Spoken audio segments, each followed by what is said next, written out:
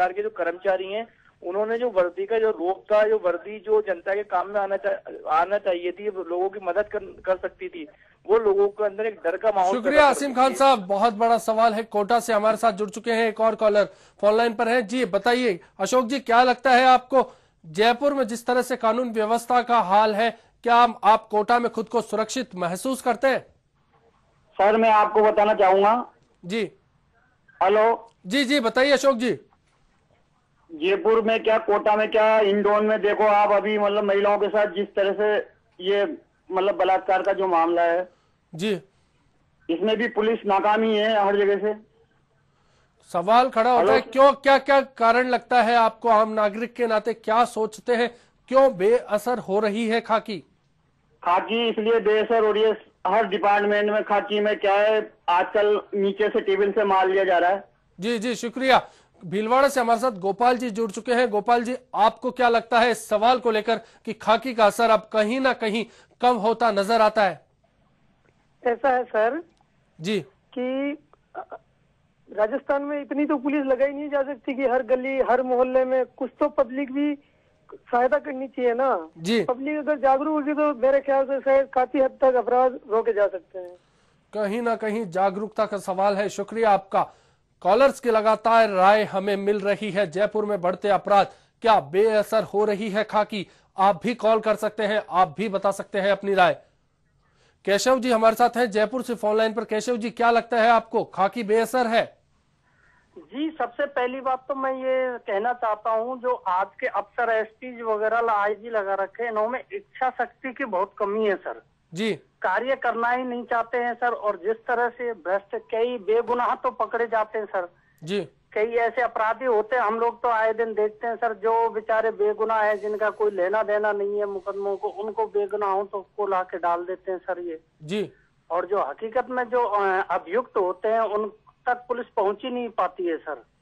ऐसे में अपराधी बचकर निकल जाते हैं। शुक्रिया हमारे साथ जुड़ने के लिए। अमित जी हैं श्रीगंगानगर से जुड़ चुके हैं। अमित जी, क्या लगता है, राजधानी का सूरत हाल आपके सामने है, इस तरह के हालात के लिए कौन जिम्मेदार लगता है? अमित जी,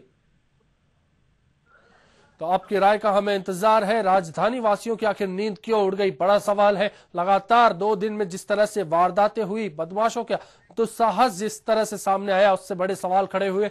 जैसलमेर से हमारे साथ मनीष जी फोन लाइन पर है। मनीष जी, क्या लगता है इस सवाल के बाद, क्या खाकी बेअसर है? खाकी निश्चित रूप से बेअसर है। बात करें अगर प्रदेश के हालातों की, तो दिन ब दिन प्रदेश में जो क्राइम का ग्राफ बढ़ता जा रहा है, वो ग्राफ कहीं न कहीं इस बात को दर्शा रहा है कि खाकी की जो जिम्मेदारी है वो पूरी तरह से नहीं निभा पा रहा है और कहीं न कहीं असक्षम साबित हो नहीं निभा पा रही खाकी अपनी राजस्थान में। जिम्मेदारी। शुक्रिया चर्चा में जुड़ने के लिए। नाकेबंदी भी नाकाम, शहरवासी खौफ में, आखिर क्यों? बदमाशों के दुस्साहस की जो मिसालें हैं लगातार सामने आ रही है, आखिर कौन जिम्मेदार है? निधि जी हमारे साथ हैं, 12 से जुड़ चुके हैं फोन लाइन पर। निधि जी, क्या लगता है, जब जयपुर सुरक्षित नहीं है, क्या 12 में आप खुद को महफूज मानती है? हाँ अंकल, मैं जरूर मानती हूँ। मैं भी खुद एक स्टूडेंट हूँ। इंडिया के बाहर तो वैसे भी आप जानते हैं लोग इंडिया के स्टूडेंट्स को इतना बुरा हाल करते हैं। ऑस्ट्रेलिया में स्टूडेंट्स को जिंदा जला दिया जाता है। आज वही ऐसा का ऐसा पूरा का पूरा इंडिया में देखने को मिल रहा है। क्या लगता है राजस्थान की पुलिस, आपके क्षेत्र की पुलिस सही तरीके से काम करती है? पुलिस वालों की तो मैं ओनली 2 लाइनों में कहना चाहती हूँ, उनको अपने अधिकार याद है परंतु उनको अपने कर्तव्य बिल्कुल याद नहीं है।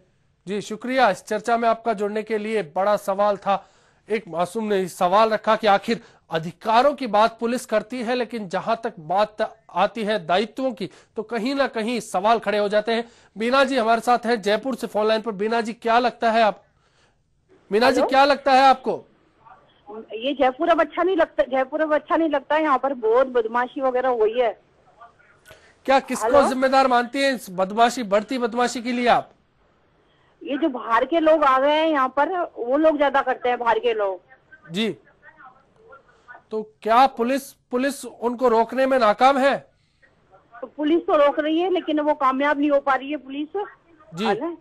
और है ना, हम चाहते हैं कि हम भी यहीं पे पैदा हुए हैं, यहीं बड़े हैं। और पहले इतना जयपुर अच्छा था, अब जयपुर बहुत खराब हो चुका है। अब सोचने में ही बहुत वो होती है कि जयपुर ऐसा गंदा शहर हो गया है। जी शुक्रिया इस चर्चा में शामिल होने के लिए। जो लोग जिस शहर में पैदा हुए उसी शहर की सुरक्षा को लेकर अब परेशान है, सोचना पड़ रहा है आखिर क्यों शहर की सूरत बिगड़ गई। मुबारक जी हमारे साथ हैं सिरोही से फोन लाइन पर। जी मुबारक जी, क्या लगता है राजधानी सुरक्षित नहीं है?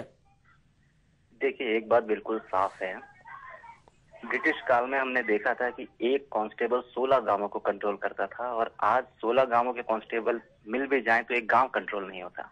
जाहिर है सीधी सी इसकी वजह यही है कि पुलिस की जो छवि है वो इतनी नकारात्मक है कि अपराधियों में डर ही नहीं बचा। जी खुलेआम अपराधी घूम रहे हैं, खुलेआम बलात्कार की घटनाएं हो रही है, खुलेआम हत्याएं हो रही है।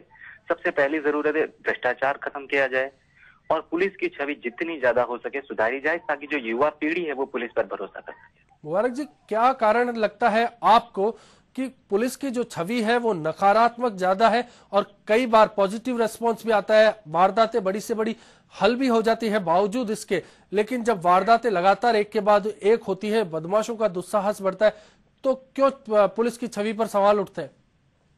देखिए, सीधी सी बात है, आम जनता हमेशा छवि पे भरोसा करती है, और कोई भी काम हो, चाहे वो राजनीतिक हो या प्रशासनिक हो, चाहे वो पुलिस का ही काम क्यों ना हो, कार्य तब तक सही नहीं हो सकता जब तक लोगों को आपकी छवि पर भरोसा नहीं होगा। अब जाहिर है असफलता अगर पुलिस को मिलती है तो ये केवल इनकी छवि की वजह से होता है। आम जनता को लगता है कि ये लोग भ्रष्ट हैं, यहाँ तक कि अपराधियों को भी ऐसा महसूस होता है कि हम अपराध कर लें, पकड़े भी जाएंगे तो हो सकता है हम लोग फिर से रिश्वत देकर, कोई और रास्ता अपनाकर, बैकडोर एंट्री करके, पॉलिटिशियन प्रेशर डलवाकर हम बाहर आ जाएंगे। और हम जानते हैं ऐसा होता है भारत में, खासकर राजस्थान में, जयपुर में ऐसा काफी समय से कंटिन्यू हो रहा है। शुक्रिया मुबारक जी इस चर्चा में शामिल होने के लिए। बहुत उम्दा सुझाव आपने कहीं ना कहीं रखे जो आज व्यवस्था पर सवाल खड़े करते हैं। श्रीगंगानगर से हमारे साथ अमित विश्नोई जी जुड़ चुके हैं। क्या लगता है अमित जी, जिस तरह से खाकी पर सवाल उठते हैं, आपकी सोच क्या कहती है? हाँ जी, हमारी सोच यही कहती है कि खाकी बेअसर नहीं है, हम बेअसर है खाकी के ऊपर जी। क्योंकि खाकी को बनाने वाले कौन है? हम हैं। हम उनको पैसे खिलाते हैं, सिपाही से लेके अगर एसपी, डीएसपी, आईजी तक अगर करप्शन जाता है तो उस करप्शन को बढ़ावा देने वाले कौन है सर? हम खुद है। हमारा असर खाकी पे नहीं है, बल्कि खाकी का तो हमारे ऊपर असर है। हम ये करप्शन को नीचे से लेकर ऊपर तक लेके जाते हैं। तो ये कोई नहीं सोचता कि अगर हम आज अगर ट्रैफिक पुलिस को क्रॉस करते हुए हेलमेट नहीं है, चलान कर रहा है, उसको 10 दे दिए, 50 दे दिए, 100 दे दिए, तो 10, 20, 100 दे के हम निकल रहे हैं। तो उससे हम पुलिस वालों का जो करप्शन का जो हौसला है वो हम बढ़ा रहे हैं। जी जी। पुलिस का इतना करप्शन के खिलाफ वो जागरूक है, लेकिन हम उसको उनकी आंखें बंद करने के लिए उनको मजबूर कर रहे हैं।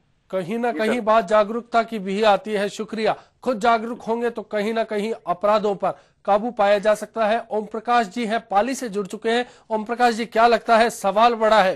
हाँ साहब, ये साहब की सख्त कानून और सख्त कानून नहीं बनते, प्लस कड़ी से कड़ी सजाएं जो पकड़े जाते हैं उनको न दिया जाएगा जब तक कुछ भी नहीं हो सकता। सख्ती की कहीं ना कहीं जरूरत है। ओम प्रकाश जी थे पाली से, शुक्रिया आपका इस चर्चा में शामिल होने के लिए। बड़ी से बड़ी वारदातें एक के बाद एक जयपुर में होती है, सवाल खड़े हो जाते हैं, पुलिस पर सवाल खड़े होते हैं। आखिर क्यों कानून व्यवस्था नाकाम साबित हो रही है? बड़ा सवाल है। आपकी राय का हमें इंतजार है। इस खास पेशकश में वक्त एक ब्रेक का, जल्द हाजिर होंगे, आपकी राय से जुड़े रहेंगे।